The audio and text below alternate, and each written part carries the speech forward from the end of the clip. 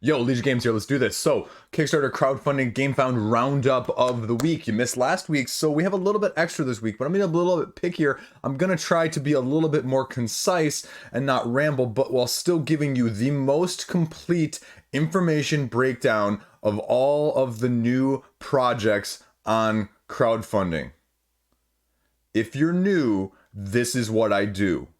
I'm not telling you value-wise, I'm telling you about the game so you have as much information that you need to know as possible. My goal is not to sell you on a game. My goal is to give you all of the information that makes your decision as easy as possible, sprinkling in a few of my own opinions along the way. Crazy hype train? Sometimes, but it's obviously with my own personal bias, and that's why you come and watch it in the first place, right? But I'm going to give you the most information, the most detailed information that you're going to find on the internet on any sort of breakdown of crowdfunding that there is in a video format. That being said, let's do this, right? I got to make up for lost time for last week. So we're going to cover a little bit of everything this week, a few shout outs, a few introductions, and a little bit of everything else under the sun because there's a wide variety going live right now. Let's do this.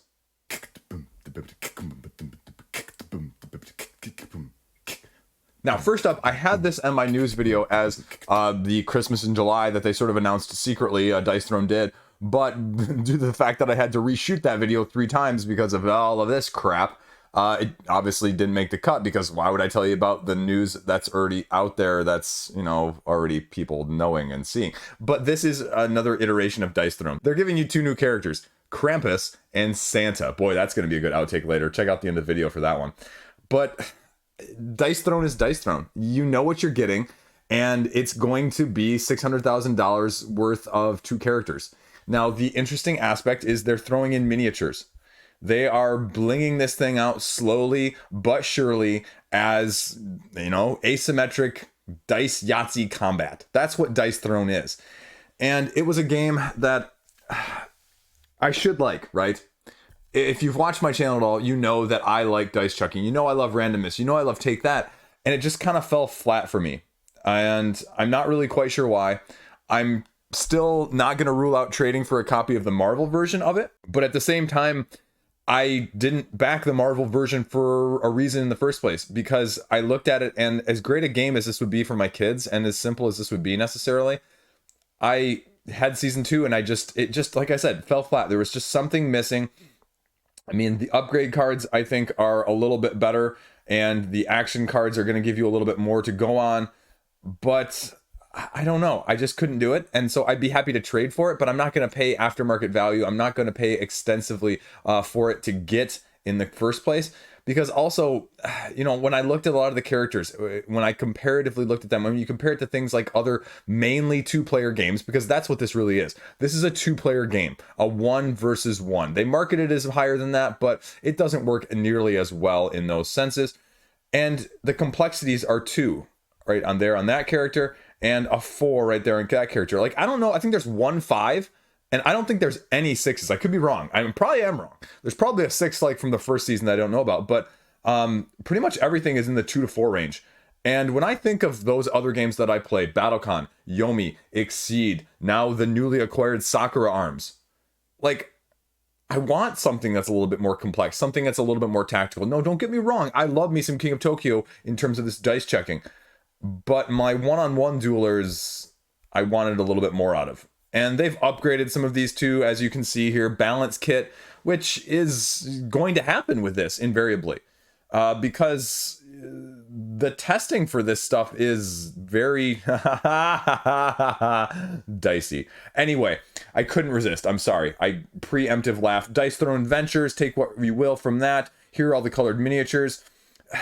It is what it is. You don't really have a mystery of what this product is.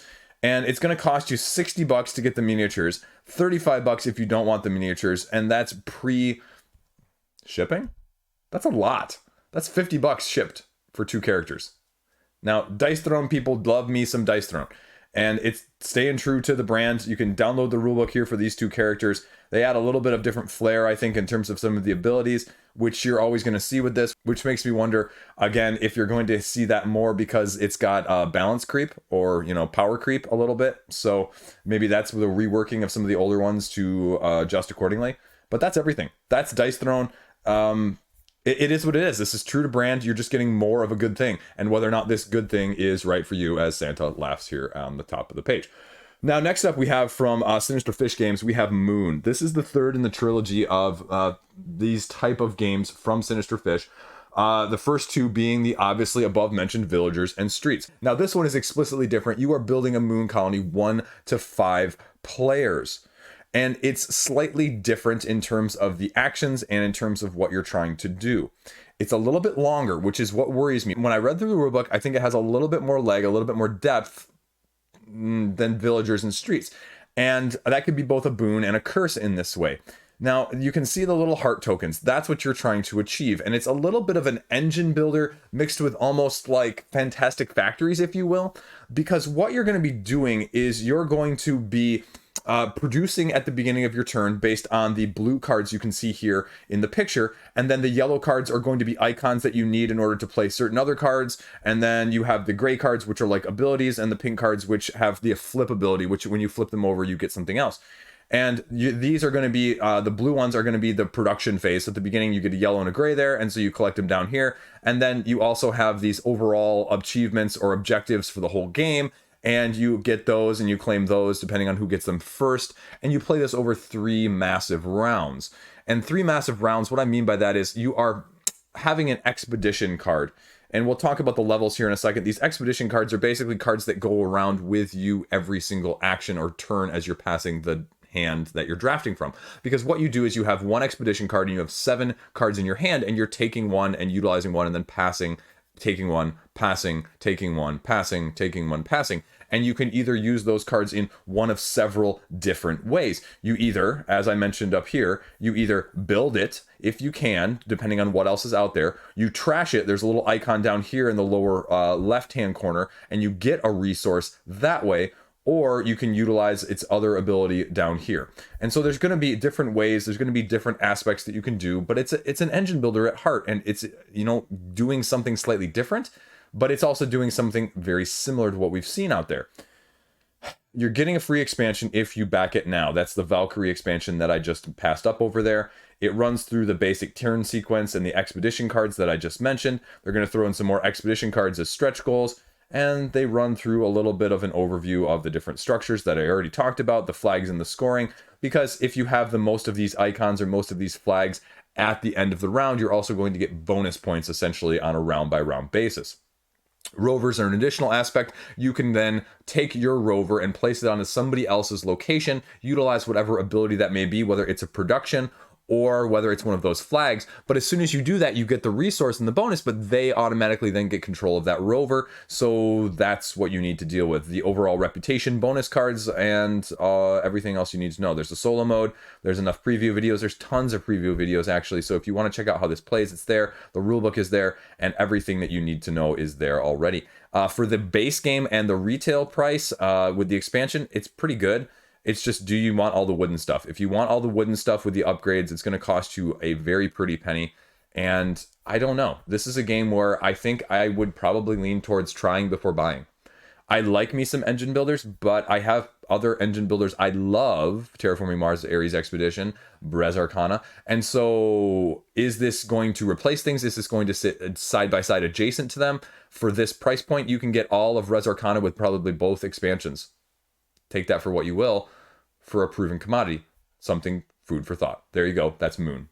Next up, we have Leviathan Wilds, which is over 50% funded. These next two I actually just got a copy of in the mail this week, so I'm going to be having individual videos out, hopefully on them, before the campaign ends. This is if Shadows of Colossus was a board game. We talk about some of the other Skull Hollow, for example, and the sequel expansion to Skull Hollow, which I'm blanking on completely at this point. But this is saving Leviathans instead of trying to kill them, a la Shadows of Colossus. What you're going to be doing is you're going to be using a Gloomhaven-like system in terms of the board, in terms of the spiral bound notebook, and you are going to be traversing the waypoints along these pages, trying to unlock, or trying to basically excavate these dice that are going to be known as crystals, and that you're going to try and get rid of. And if you can do all of them, then you win, you beat the monster. And I think there's, yeah, it says right here, 20 Leviathans, which is crazy amount. Insane value actually for what this looks like. Each character has their own individual deck of cards, and you're going to be able to play a certain number of these cards per turn to do certain amount of actions, including moving and asymmetric powers. And you're going to be moving across these boards and these maps in order to get where you need to get. And there are rest spots and there are ledges that you can land on, because if your cards run out of your deck and you just can't draw anymore, then you fall. And if you fall, obviously not good things happen. And so that's the balance of things that you're going to be doing, of a little bit of pressing your luck with the combination of the abilities and the moving and the ledge climbing and the, you know, hand holding, grabbing up as you're going. And that's going to be the main issue that you're going to be dealing with. And there's going to be asymmetry between all four of these characters. Wooden tokens are the exclusive in this one as well. And there's, again, enough information that you should have no problem getting it out there in terms of what you need to know. This is a dark horse of the week because it's got a relatively higher funding goal. Mooncrab Games, this is the first one they've made out there. And so it's a relatively higher funding goal, 50,000. But if it stays on track, it's well on the way to funding. And I kind of want to see what they can do with this, because not only are you going to be doing one-offs in this, you also have the ability to upgrade and do sort of a pseudo campaign to learn new styles, skills, and abilities as you go across these different Leviathans. The only question I have is, when you have, say, 20 of these Leviathans that you are marking, are they all going to be distinctly different enough in the, not just the setup, but are they going to have enough asymmetry in terms of their abilities and their reactions to what you're going to be doing? Because that's the other element of things that I did not mention, that is going to be reacting proactively, going against you, trying to buck you off, essentially. And so that's really going to be the question. The price point is what it is. I mean, it's $55 and you're going to get the tokens. So again, small indie publisher, not wide retail and distribution likely. It's a buyer beware. You may not be able to get it elsewhere. If it turns out to be really good, it might be really hard to acquire on the secondary market. It's cooperative, which I totally buried the lead there. And that's mainly the big difference also between this and Skull Hollow, where Skull Hollow was really a 1v1. Now you can play 2v2, but again, it's a 1v1 just like Dice Throne. It really is. People are playing it much higher percentages that way than 2 versus 2. So definitely give this one a look-see. I highly recommend you check this one out, and I'm going to have a more of a detailed breakdown on my video when it comes out individually. Next up, we have Isle of Trains, All Aboard, a remake, essentially, a big redo, re-thematic incorporation of the original Isle of Trains, and it's killing it in the first couple days here. This is another engine building, haha, boom, you'll understand in a second, game that's, you know, really being marketed as, you know, a really deep engine builder with relatively smaller set of cards with many different aspects. And you're going to be having to compensate for the length of the car and the weight of the car versus what the car can actually pull. And that's part of the engine building dynamic as you are upgrading your cabs, upgrading your cabooses, and upgrading just your cars along the way. And you're going to be doing some pick up and deliver as you go along. So that's sort of the gist of it. You can check out enough of the information down here, but similarly to all these other 3 games that we've already talked about, the deluxeification is the reason to back it right now. And it's going to be wooden meeples. So that's going to be reflective in the price point. Now, you can get the regular version for $23. You can get the upgraded version for $29, and you can get the super deluxe with the extra promo and the screen printing for $43. So still considerably lower than all of the other games that we talked about here. The big point with this one, the other what else do you need to know aspect, is multi-use cards. Like I said, you're going to upgrade these cards, you're going to extend your train, but you're also going to be able to load goods or potentially draw for passengers, depending on what actions you choose to do. And they give a little bit of a breakdown here of what this is doing versus the original game. Like I mentioned, passengers, wood, graphics, solo mode. So if you're a solo junkie, you can definitely check this one out as well. Similarly to other games we have seen, though, with the engine building mechanism, again, excuse the pun, that you are choosing to build said car, but you are having to discard other cards in your hand in order to do so. We've seen that now heavily popularized with Marvel Champions, and this gimmick, this mechanism, it's not really a gimmick, but it kind of is becoming one a little bit to entice people because it's not widely done. It's done well enough that they're going to utilize it here in order to pay for the new things that you're building, loading your passengers, or even loading them onto other people's trains to get other bonuses, delivering more of them where they need to go in order to score end game victory points.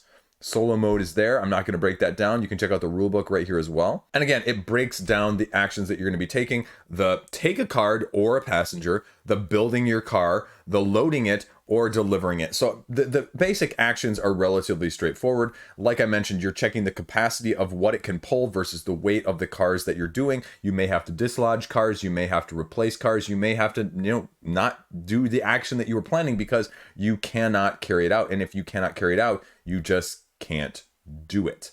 So that's just what you need to know. It's not like, well, okay, I'm just not moving. No, you just can't take that action.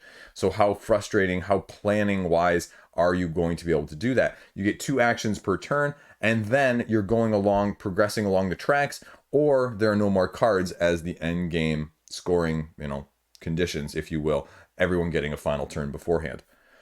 All in all, I'm not sure what to make of this one. They say it's more true to a true train game, and I'm going to have a hands-on test of it this weekend, so we'll see what it actually does for me, because this game is something that is definitely outside of my comfort zone, and it's out of a lot of people's comfort zones, but at the same time, it's still killing it with over 1,000 people backing right now, which is relatively insane for a game that's, probably not as widely appealing as I would have thought otherwise. So definitely give it a look-see. Isle of Trains, all aboard. Next up, I really have to talk about this one because I need to shout this from the rooftops because they don't have the budget, they don't have the marketing, nobody else is going to cover this one.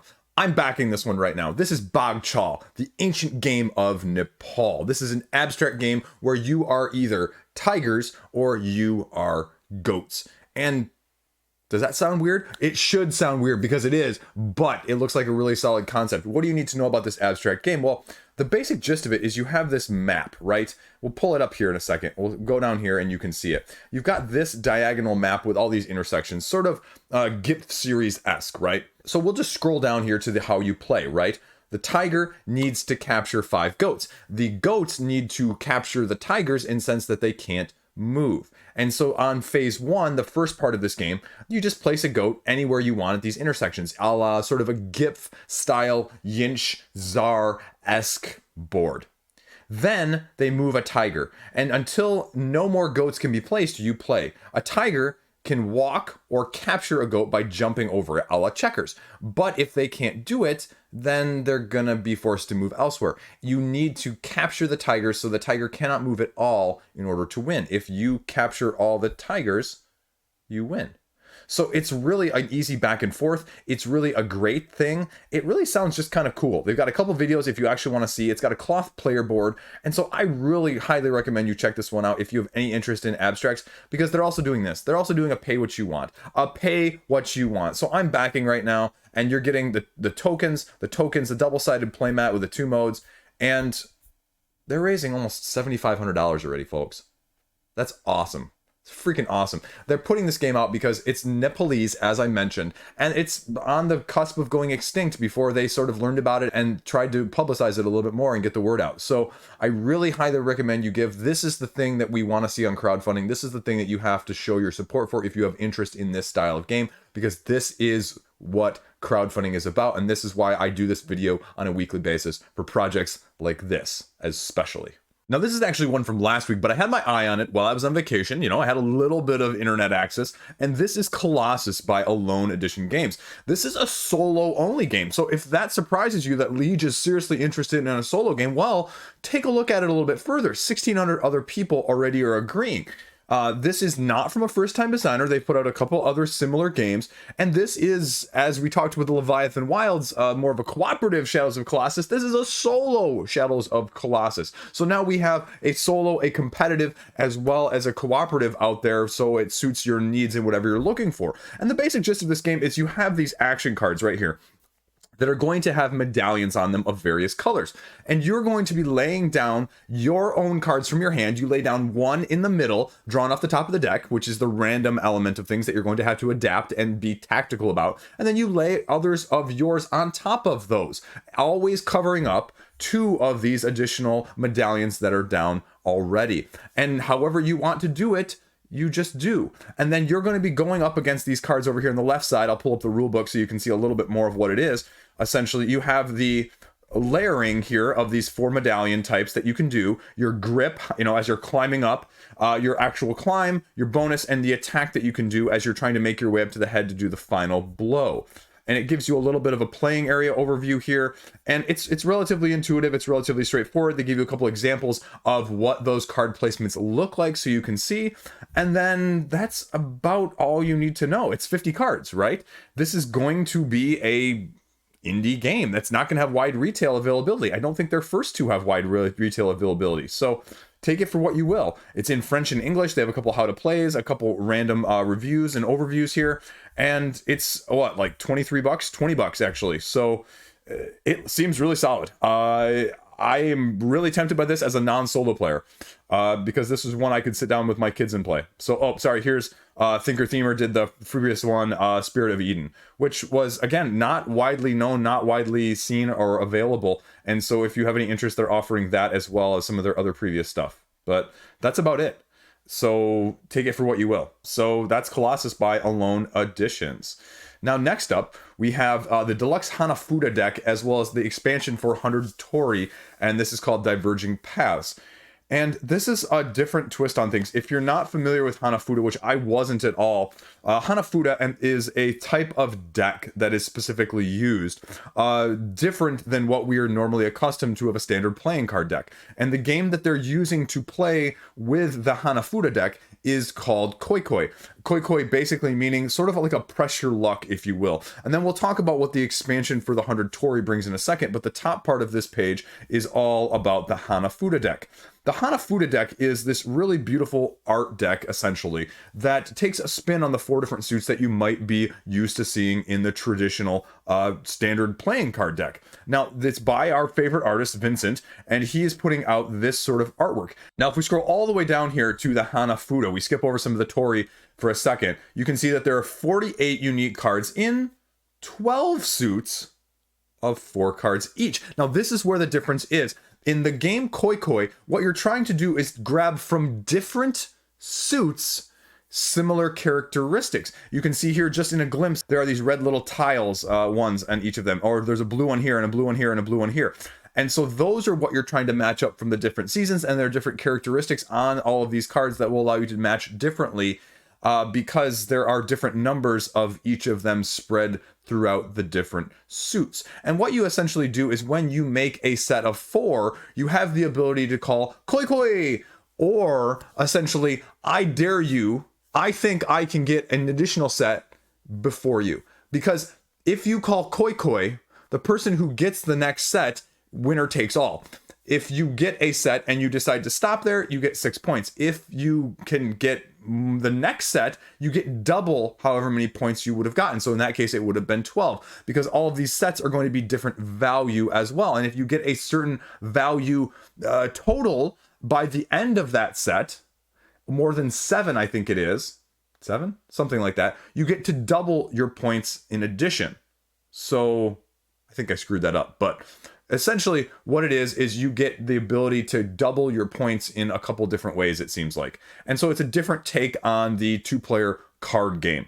And so it's really beautiful to look at. I'm not sure gameplay wise if I would enjoy it, but it's going to be a heavy look-see because of Vincent's art. Now here's Torii Diverging Paths. If you're not familiar with the 100 Torii already, it's basically like Tang Garden, if you will, if Tang Garden was solely a tile laying set collection game. Because what you're doing essentially is you have these tiles that you're laying out, and as you lay out subsequent tiles, you are trying to find, or it makes you find, the shortest route between the tile you just laid down and another tile on the board. And what do I mean by that is that there are symbols, there are icons, tokens, resources that are going to be on every single tile that you're laying down. And so what you do is on the tile you lay down is going to have a resource or a symbol on it. And you have to find the resource that is closest to that one pathwise elsewhere on the grid that you've made. And then you take whatever bonuses essentially are given to you between the path of one resource and the other. And then you acquire resources, you acquire the bonuses, and then you're trying to obtain a certain number of each kind, and then you can get special endgame bonuses or in-game bonuses as well. You know, if you get all 5 of the resources at 5, you have 5 of them each, or if you have 3 of them at 10. And so that's, you know, sort of a basic set collection style that you're going to be doing here. And this is adding 2 different characters to begin with, because in the first phase of the game, actually, you have the ability to have agents, or NPCs, if you will, help you out. Special abilities that you do as the first part of the phase, which are going to allow you to rearrange things and get different icons and trade stuff in. And so they're giving you 2 with that. And they're also giving you different sets of tiles here. And they're giving you 2 mini expansions, which are going to be included, which will not be included at the retail version. And so that's why they say to back it now. They give you a little bit of everything down here in terms of the videos. And they give you a little bit more about the Japanese aspects of these. A little bit of stretch goals that they're already including, and they're giving you the ability to bundle things if you really want to as well. 2 mini expansions for Diverging Pass with an additional 2 there as well. Shipping is going to be what it's going to be. It's, you know, take that for what you will. It's expensive for the Hanafuda deck if you're looking at just that, but at the same time, it's not really like anything else that you're going to get out there. Here's the Sake mini expansion, and then it's the Matcha mini expansion as well for the 100 Torii. It's a tile laying game. It's, you know, interesting. I think people are a little bit divisive about it. It's got a 7.2 rating over on Board Game Geek if you check it out, which is good. At the same time, it's, you know, it's definitely doesn't appear to be everyone's favorite, but it's doing things in a slightly different manner. So if you have any interest in this, definitely give it a look-see. Now we have Hijacked. I'm going to give you what I can on this. This is a little bit of a weird game topic. I'm a product of 9/11. You know, I remember where I was exactly on 9/11, and it still almost feels like a little too soon, right? Like, you are, again, this is a weird take on it, right? You're not the hijackers. You're the negotiators. And so you're trying to negotiate the passengers off of this plane while still keeping the police from storming it, and then also trying to get the hijackers to turn themselves in. And you're doing it almost via dice worker placement, if you will. As you can see, there are many dice spots on this board, and what you're essentially doing is, like down here, for example, here are the 4 hijackers. I'll pull this up so you can actually see it. And you're rolling your dice, and you're putting the dice in the slots that match, and they have to be like a certain range. So like one of the slots on the hijacker might be like 1 through 3, and then the other spot might be 4 through 6. And then if you can fill that once, then you flip over its token, and you have to do a total of essentially 4 hits, 4 damage, 4 successes in order to get the hijacker to turn themselves in, which gets you victory points, and rinse and repeat. And maybe this hijacker maybe is a 2, 4, and a 6, and the other one slot is a 1, 3, and a 5, something along those lines. And you're going to be doing that in combination with the passengers, because you're going to be trying to rescue passengers and flipping them over, and then ones who are flipped over, flip over adjacent ones. And so it's sort of a combination system as you're going along, and they each have different victory points. But you have to have a certain success rate, a percentage, as you can see on these cards up here, to be able to actually get them to be completed. Because if it's not meeting the requirements, then you're just not going to be able to free the passengers or whatever you're trying to do. And you get that by basically drawing from a bag, and you get various success rates when you're drawing the cubes from the bag.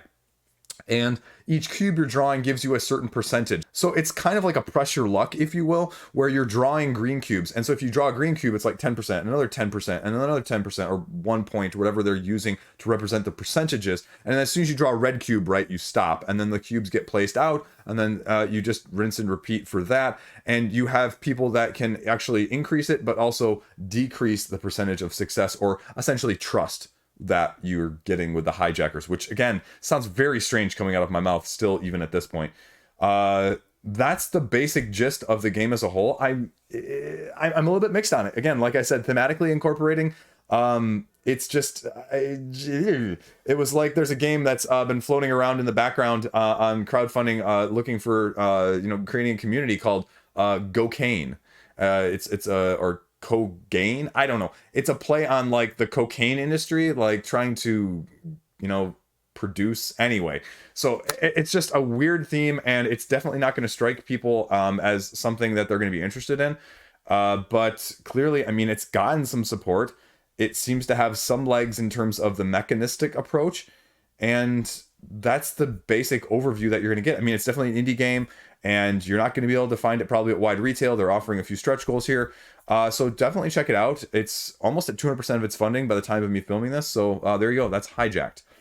Next up, we have Sunshine City. This is one that's probably one of the higher ones on this video for me to actually be considering backing, because from Postmark Games, which again is launching their second Kickstarter campaign for Aquamarine next week, this is a roll and write of $5 worth of value that has raised $5,600. So that's a lot of money. That's a lot of money for this, because what they're doing is they're allowing different combinations of different parts of cities to basically randomly generate your own board every single time. And they're offering the generator that allows you to do that as part of the bundle price. And I think that's actually like $10. But what you're doing is you're trying to upgrade your city in terms of the resources that it's producing. And this is from Peter Hayward. If you're not familiar with Peter Hayward, well, I've got his other game right here you may be more familiar with, That Time You Killed Me. And so that's why this is significant, and that's where this is really going. And it's $12. Sorry, I was wrong for the infinite generator that you can do. And what it is down here is you have these 3 unique cities that you can mix and match everything from when you get the higher level. And they give you a little bit of a breakdown here of what you can do. You get every power, project, and bonus that you can choose from, because there's more than just as what it originally presented. And then you combine them and it makes the city map for you, and you get to generate it and print it.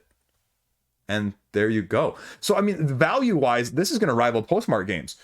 And this is a really cool, interesting concept. And I looked at the rules of this, and it seems really intriguing. You're doing essentially a dice roll, and then you move your workers around the board, marking off columns based on where they land. And you always have to move your first worker with your lower die, the second worker with the second die. But if doubles happen, it changes how they move as well. So it's kind of cool. You can customize the length, because what you're going to be trying to do is fill up these areas. And the more areas you need to fill up, the longer the game is, right? The short game is like 4 power plants or 4 areas. The larger one is, the middle one is 7, and then the largest one is 11.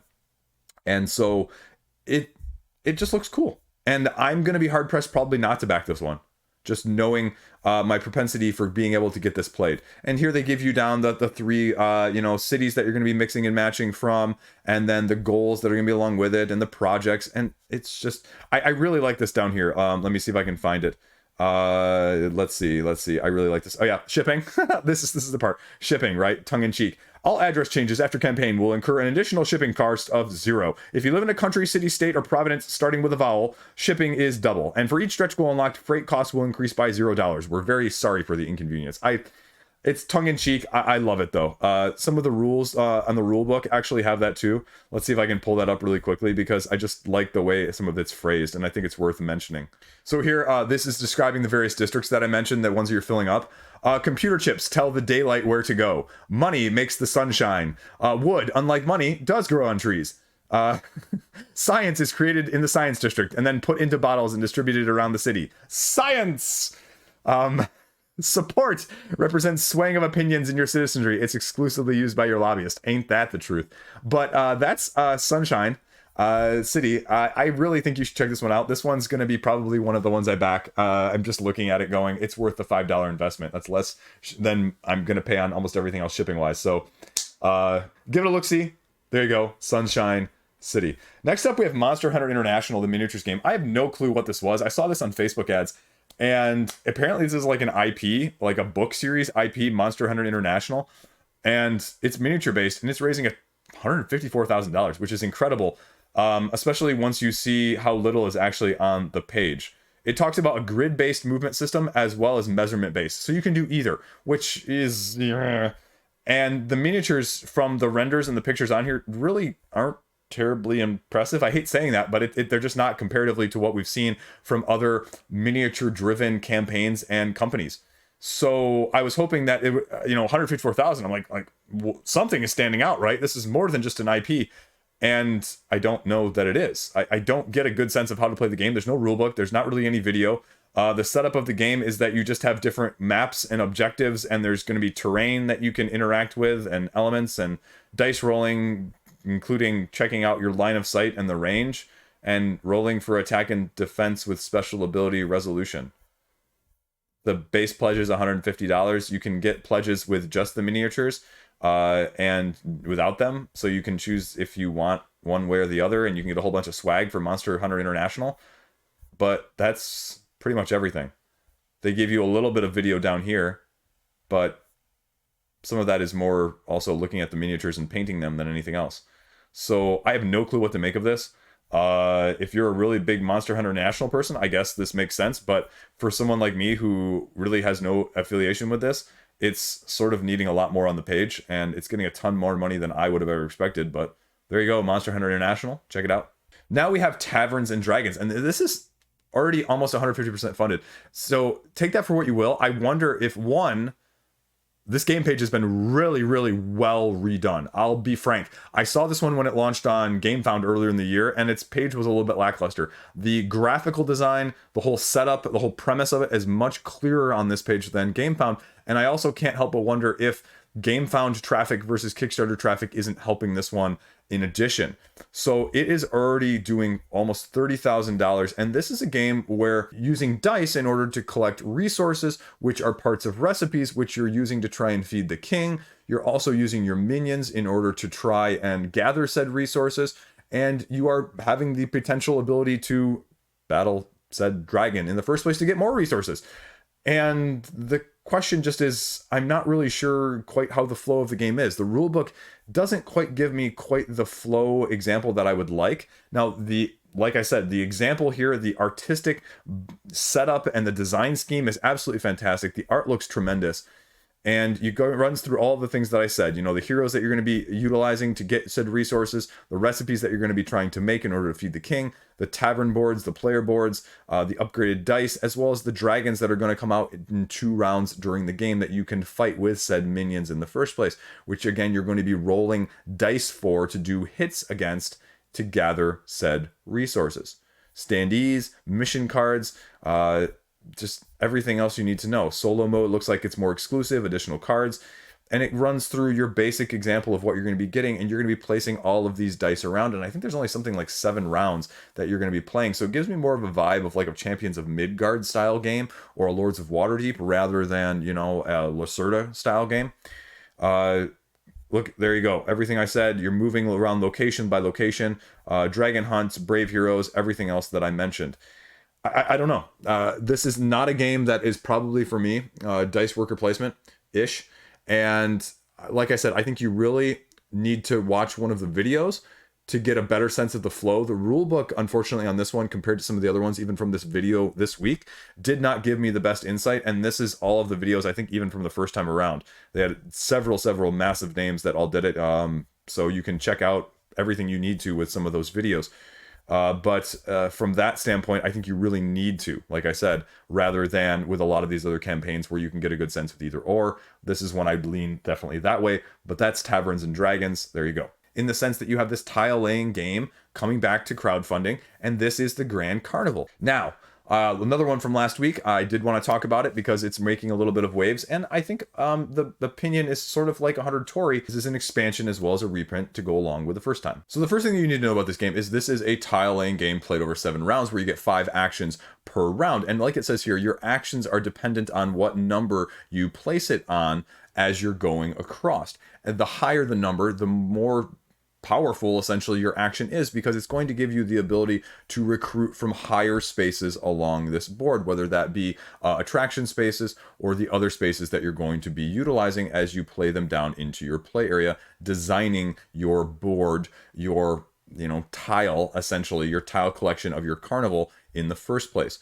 And so what you're going to be doing is you're going to be placing these down, trying to also create paths, because on your turn, you're either placing one of these tiles down here, you're placing attractions down, or you're moving guests along. And as guests end their turn, as you move them, if they're adjacent to one of your attractions, they put down said ticket token, which are obviously going to get you victory points. But if they can't get to said attractions because you have not managed this path building and route building well enough in the first place, then that's not going to allow you to do that. So that's the basic gist of this polyomino game. There is a little bit of a twist here because you get things called tricks of the trade, which are essentially cards that allow you to break the rules of the game in some way, shape, or form that are going to give you the edge potentially over your opponents. Now, there's going to be limited resources, so you got to be careful. You got to time things right. And there you go. Now, the question is, what are you getting new in this expansion? This is giving 7 distinct modules. So they allow you to introduce one, introduce many of them. Now, it doesn't say up top here whether or not you can introduce all of them at once, but I would imagine that if you're introducing 7 all at once, that's going to be one hefty of a game. They also talk about campaign situation here that you can do, as well as everything that's new with this enhanced edition. But it looks like even with these improved meeples that you're going to be getting, it looks like you can get just the upgrade kit if you want. So I guess just what's the question of the upgrade kit based on the overall pledge level? So the expansion is just $24. The copy of the expansion is $18 there. So what's the difference? Oh, the upgrade kit is the $24 one. So if you're a first time arounder, it's going to cost you essentially $6 for the upgrade kit and $42 for everything, which it's probably actually a pretty good price. Plenty of reviews, plenty of thoughts about the new stuff and the old stuff, and a little bit of everything here that's going to be part of it. And like I mentioned, everything that's out there. You get 35 essentially actions that are going to be taking place on a single game. And prices and shipping is right there.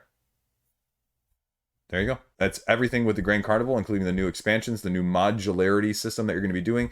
From everything, including golden tickets, which are worth extra victory points, to peanuts, which can be spent on future supersizing turns for building buildings. So it's, again, a polyomino week, I guess, where polyominoes are the hit trend. There you go. Now we have a second edition of Dead Throne, which is sort of an open world RPG-esque game, which is mostly roll and move based on medallions and gems that you're going to be collecting and utilizing, with a significant portion of take that, as well as a one versus all style mechanic.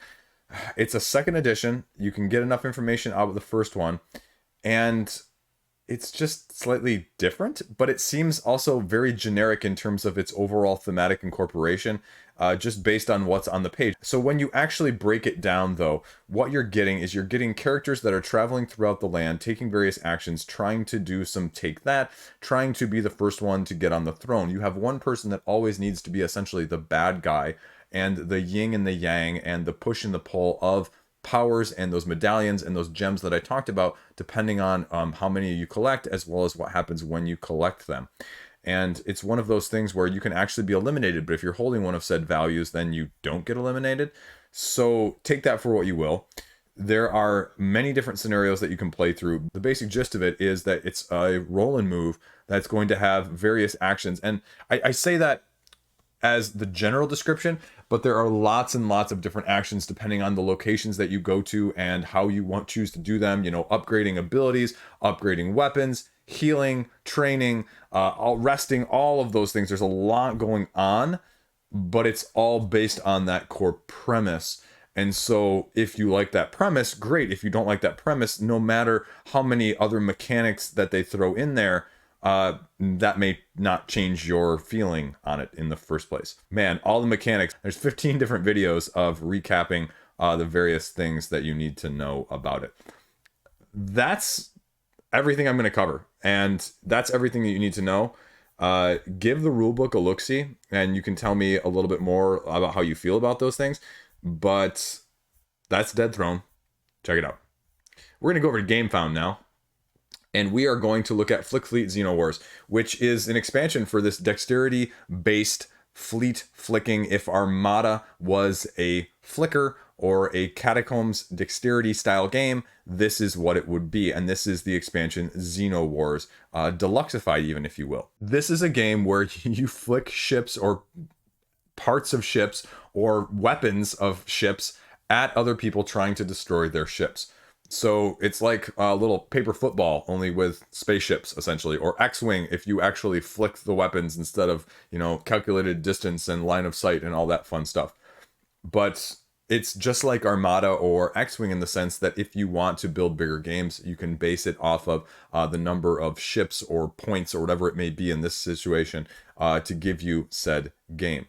There's other expansions that they have had out in the past. Like this is like their 6th or 7th campaign. I remember covering the last one like a year or two ago, and it's just more of a good thing. So this one says you can play complete 2-player games, or you can combine it with any of the other previous games to be able to play up to 4 or even potentially 5 players. The real question is, what does this game bring? And they say right here, you're going to be seeing 2 new alien species, ships that heal rapidly, and an endless parasitic boarding pods. Ooh, that's interesting. And then the other one is just freaking massively overpowered. So that's what you're going to be getting there and seeing what it does. You can see that they even offer the print and play files. So if you have copies or access to your own ability to print this stuff, that you can do it that way. And the etching right here you can see is the deluxeification versus the standard. There's everything I just mentioned. It's priced well for what it is. I don't have anything to say about it. It's just these higher pledge levels from some of the previous campaigns are going to cost you a ton more. But they just add a whole bunch of funny stuff like Hyperspace Kraken! Yeah, I didn't forget about that one. All you new people to the channel. It's part of the lore of the Liege games. Railguns, age ships, everything you want to know there. Playmat, and big box. So take that for what you will. It's a relatively successful thing. Like I said, this is their 5th or 6th at least campaign, and they're doing well so far. They're at £23,000. So I think this is probably even better than several of their other previous ones. If you have any interest from a dexterity, power-based X-Wing system, Flick Fleet, Xeno Wars, check it out. Amun-Re, 20th Anniversary Edition. Surprisingly, not nearly as high as I would have expected, only at £62,000. I mean, that's 3 times the amount of Flick Fleet, and this game has much more of a wide-known reputation, especially being out of print, as several of you in the comment section from the video earlier in the week basically described it as a much heavier, deeper auction bidding style game than its comparison predecessor on Gamefound of Ra, with modular expansions this time as you're bidding, trying to create your own empire and temples and everything that goes along with that. This is going to have miniature-based components with an increased player count as well as new art. And the question just is, are you interested in something like this? This hasn't gotten nearly the hype of Ra, and I just always question why. I feel like people who like this game really like this game. And is it one of those that because it's out of print, because it hasn't been available, it doesn't have the market knowledge base? Or, the consumer knowledge base, I guess is what I'm saying. People just don't know about it, so they don't know how good it is. One of those things, because it's been so hard and difficult to get. Exclusive in terms of just now is this the whole statues expansion? The whole expansion is exclusive? Interesting. Not just the miniatures. So the 2 different expansions there. And they run through some of the differences and some of the highlights of how you're auctioning and the improvements of how you're going to be building essentially your area. This is kind of what you need to know. And it's very interesting that at least the expansions are going to be exclusive. Insert, say what you will, either way. The expanded edition is only £59, which is probably a lot less than I thought. It's actually probably less than Ra. So, interesting. I don't know. I'm not huge, as I've made it very clear, on a lot of auction games, but Ra was definitely a sweet spot for me. And so I will probably be looking at this one more detailed after this. They say in the description that you're supposed to use all of these modules together, but you can go individual modules if you are less experienced or if you're not comfortable using them all. And they give a little bit of an example here about how you can even do a 2 to 3 player head-to-head version. So it gives plenty of information here. This is an absolutely massive page. They're explaining everything of how all of these different miniatures and the statues expansions work. They run down all of the Afterlife and the Pharaoh expansion here as well. So a lot of information. Tons and tons of information. They even run through all of the phases here that you're going to be seeing. If you're not familiar with how to play the game, it gives us a nice basic overview here where you're bidding on provinces at the beginning of the auction, and you can overbid other people, but if you get outbid, you potentially don't get the province you want. So take that for what you will. And then what you're doing then is you're buying cards, favor cards, that are going to allow you to do things like hiring and building and spending your gold in ways that are going to be helpful for you, because you also need to be a little bit conservative, because the next phase of things is you secretly contribute gold. The more gold that is offered to the total offering, the better the bonuses and the rewards are for that round. And then the last phase is where you're getting gold based on your workers that are in said land. Then you rinse and repeat. You do 3 rounds per era, and so then after the 3 rounds is up, you go into the new era, and certain things will happen, like provinces will lose farmers, gain farmers, change the dynamics of what's going to be left over there from era to era. They run through again a little bit of how to play each of these statues expansions and the modularity of each of them, where you're adding the statues as bonuses to the provinces that are laid out in the first set of the auction phases, so it becomes more important to get one over the other. And then they add a little bit of, okay, well, in the new era, the next era, it changes the dynamics as well, the afterlife as well, building and auctioning for new different things that you can build alongside of the other things that you're already going to be building, and changing also how the market phase goes in the first place. So a lot of information. Heavily recommend checking out the rules for this one as well, because it's got a lot going on. It's less expensive than I thought. It's just a question of, do you need this game? And with both the expansions, I would say, since it's been sort of out of print, this might be a good pickup as well if you're interested in something a little heavier from a bidding auction style. There you go. Tectonia War Game.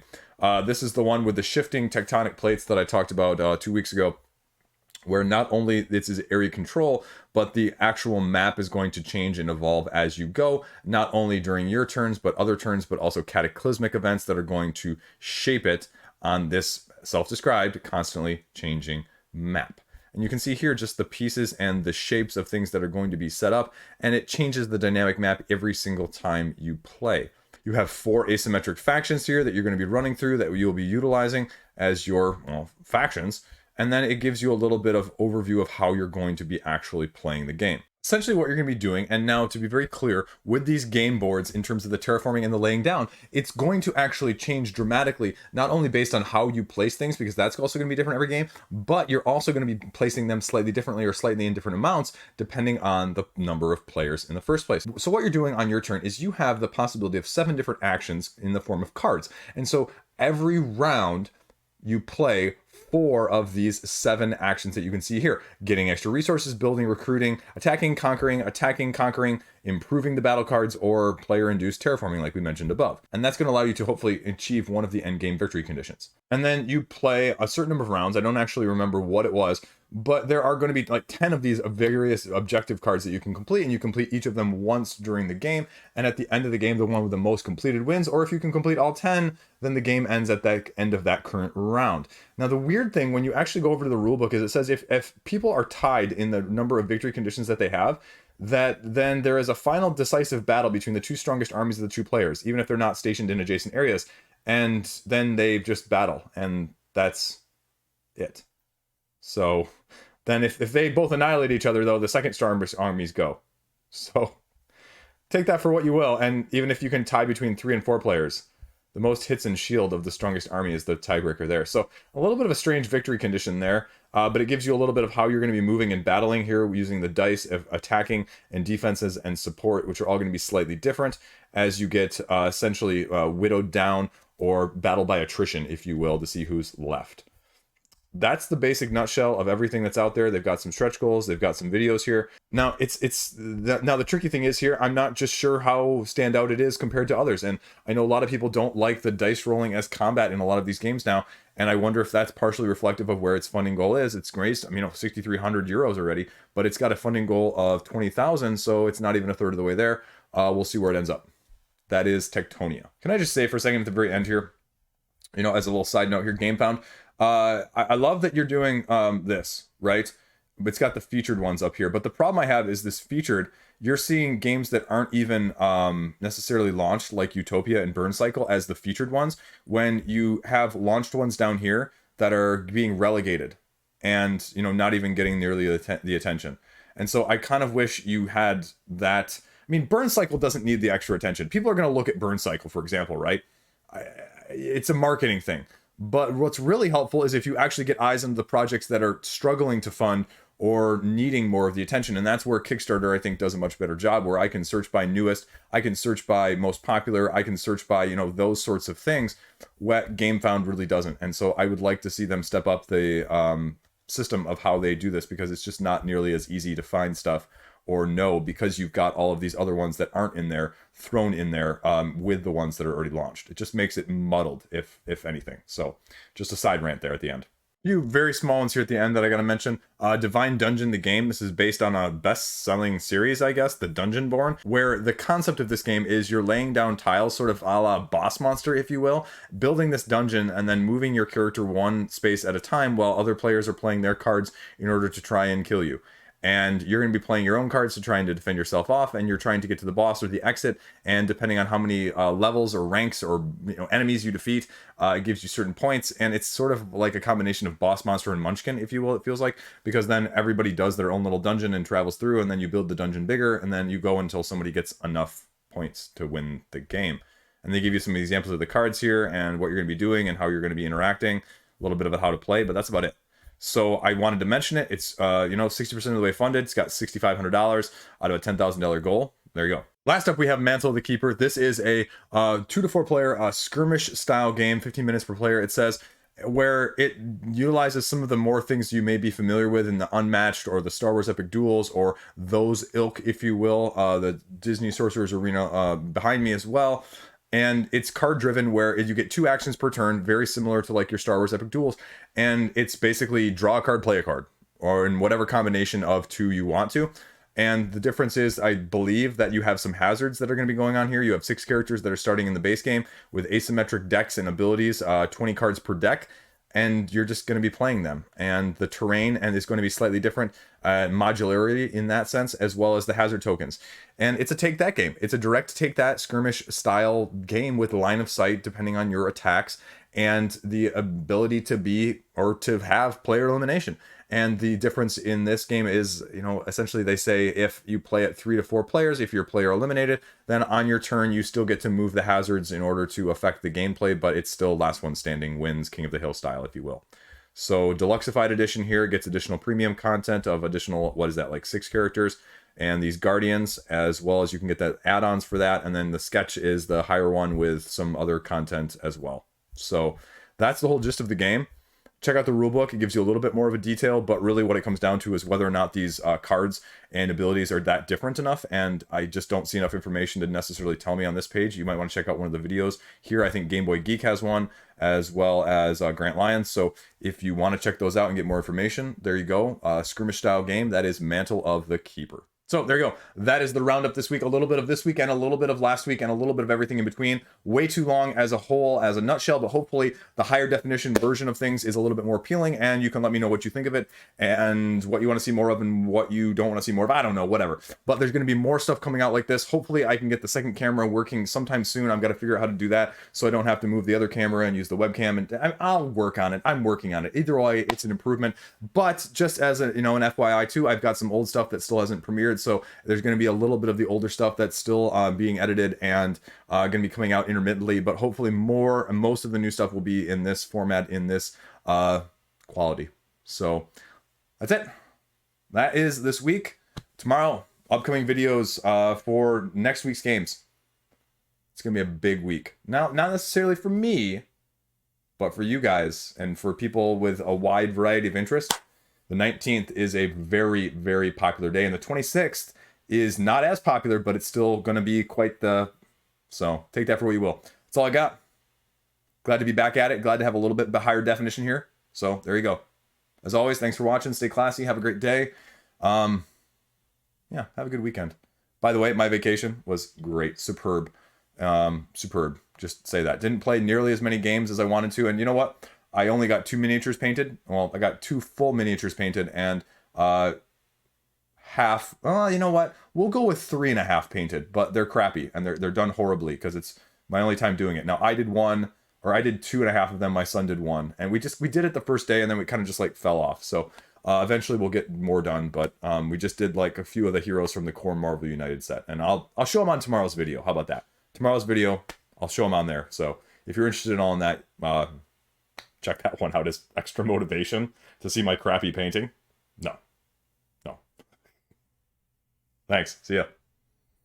They're giving you 2 characters, Krampus and Santus.